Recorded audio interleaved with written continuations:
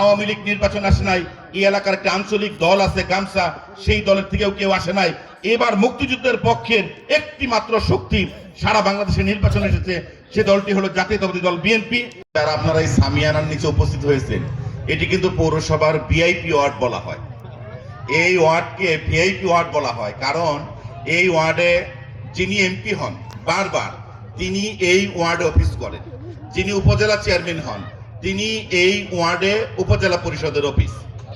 এই ওয়ার্ডে পৌরসভার মেয়রের কার্যালয়, এই ওয়ার্ডে উপজেলা নির্বাহী অফিসারের কার্যালয়, এই ওয়ার্ডে থানা ভারপ্রাপ্ত কর্মকর্তার কার্যালয়, এই ওয়ার্ডে থানা স্বাস্থ্য কমপ্লেক্স থেকে শুরু করে আমাদের ফরহাদ আসছে তার কার্যালয় এখানে, ইউসিসি লিমিটেড সহ সকল পর্যায়ের প্রায় কার্যালয়, ফায়ার সার্ভিস থেকে শুরু করে যা আছে প্রায় সকলে আমাদের এই ওয়ার্ডে। কাজে এই ওয়ার্ডকে সখীপুরের মানুষ 4.5 লাখ মানুষ ভিআইপি ওয়ার্ড হিসেবে জানে। আমি নেতাকে ধন্যবাদ জানাই যে আপনি জেনে শুনে বুঝে ঠিক সেই ওয়ার্ডে বাসা নিয়েছেন। এই জন্য আমরা এই ওয়ার্ডবাসীর পক্ষ থেকে আপনাকে আন্তরিক অভিনন্দন জানাই, মোবারকবাদ জানাই। সাধারণ পাবলিকের পক্ষ থেকে আপনার কাছে একটি অনুরোধ রেখেই আমার বক্তব্য শেষ করতে চাই। প্রিয় নেতা, অনেকে অনেকবার এমপি হয়েছে, আমি কাউকে দোষারোপ করব না।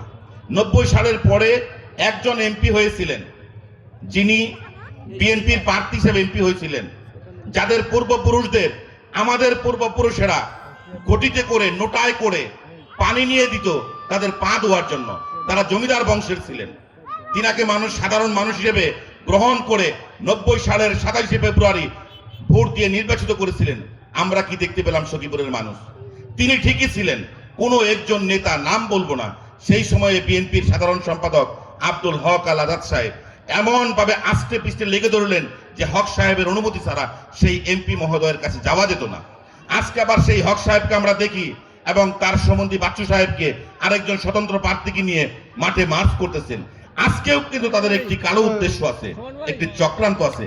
আজকে সেই হক সাহেবদেরকে বাইরে রেখে এই উপজেলা বিএনপি, পৌর বিএনপির, সারা উপজেলার নির্যাতিত নিপীড়িত বিএনপির নেতৃবৃন্দ আপনার সাথে আছে, এটা আমরা সাধারণ মানুষ লক্ষ্য করতেছি।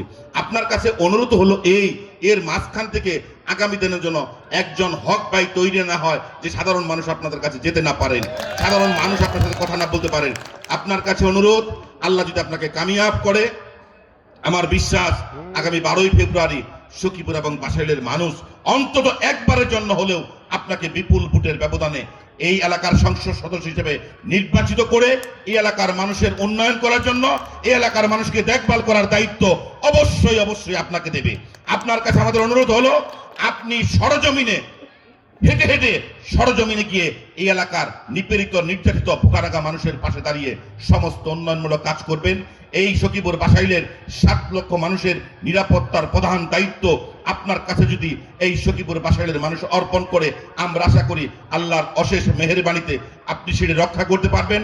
আরেকটি কথা আমার প্রিয় ওয়ার্ডবাসীর কাছে অনুরোধ করতে চাই, আমরা যারা রাজনৈতিক নেতাকর্মী আছি এখানে, বিশেষ করে মুক্তিযুদ্ধের পক্ষের শক্তি এখানে যারা আছি, আমাদের প্রত্যেকেরই রাজনৈতিক কর্মকাণ্ডে ভুল থাকতে পারে। সেই ভুলের মাসুল যেন আমাদের প্রিয় নেতা অ্যাডভোকেট আহমেদ আজম খানের না দিতে হয়। প্রিয় বন্ধুরা আমার, আজকে আমরা রাগ, গুসা, অভিমান সকল কিছুর ঊর্ধ্বে এসে 12 তারিখ একটি বারের জন্য একটি করে ভোট দিয়ে আজম ভাইকে নির্বাচিত করে এই এলাকার মানুষের দায়িত্ব দিতে চাই। এবং একটি কথা বলতে চাই প্রিয় নেতাকে, যে এই এলাকা পৌরসভার মধ্যে সব থেকে নিচু এলাকা। আপনার নির্দেশেই আগামী দিনে পৌর পরিষদ চলবে, আপনার নির্দেশেই আগামী দিনে উপজেলা পরিষদ চলবে, আপনার নির্দেশেই আগামী দিনে এই সখীপুরের 10টা ইউনিয়ন পরিষদের চেয়ারম্যান মেম্বাররা কাজ করবে। জনগুরুত্বপূর্ণ মূলক যে এলাকা আছে সেখানে আপনি একটু বিশেষভাবে নজর রাখবেন। আরেকটি কথা বলতে চাই, মায়েদেরকে বিশেষ করে ভোট কিন্তু সকাল সকাল গিয়ে আপনারা দিবেন। আমাদের এই সখীপুর বাসাইলে 4 লাখ ভোটারের মধ্যে মায়েদের ভোটের সংখ্যা কিন্তু বেশি। আপনারা সকাল সকালে ভোট দিতে যাবেন। আর ভাইদের কাছে বিনীতভাবে অনুরোধ করতে চাই, আমরা ভোট দেব এবং কেন্দ্র পাহারা দেব, কেউ যেন কালো টাকার নাক ছড়িয়ে এই এলাকার মানুষকে বিভ্রান্ত করে ভোটের পরিবেশ নষ্ট করতে না পারে। তাদের মধ্যে একটি ইচ্ছাকৃতির মধ্যে জাগ্রত হয়েছে, তারা টাকার বিনিময়ে বিভিন্ন এলাকায় সন্ত্রাস সৃষ্টি করে, বিভিন্ন এলাকায় ত্রাস সৃষ্টি করে সাধারণ ভোটারদেরকে ভীতি দেখিয়ে, ভয় দেখিয়ে কেন্দ্রে যাতে উপস্থিতি কম হয়। আপনাদের সকলের কাছে অনুরোধ করতে চাই, এবার যে কোনো কারণেই হোক, যে পরিবেশেই হোক, আওয়ামী লীগ নির্বাচন আসে নাই, এই এলাকার একটা আঞ্চলিক দল আছে গামছা, সেই দলের থেকেও কেউ আসে নাই। এবার মুক্তিযুদ্ধের পক্ষের একটি মাত্র শক্তি সারা বাংলাদেশে নির্বাচন এসেছে, সে দলটি হলো জাতীয়তাবাদী দল বিএনপি এবং জাতীয়তাবাদী দল বিএনপি সমর্থিত জোট, এবং যে জোটের প্রধান হলো বিএনপি, এবং আগামী দিনে সরকার গঠন করার শতভাগ সম্ভাবনা বিএনপির।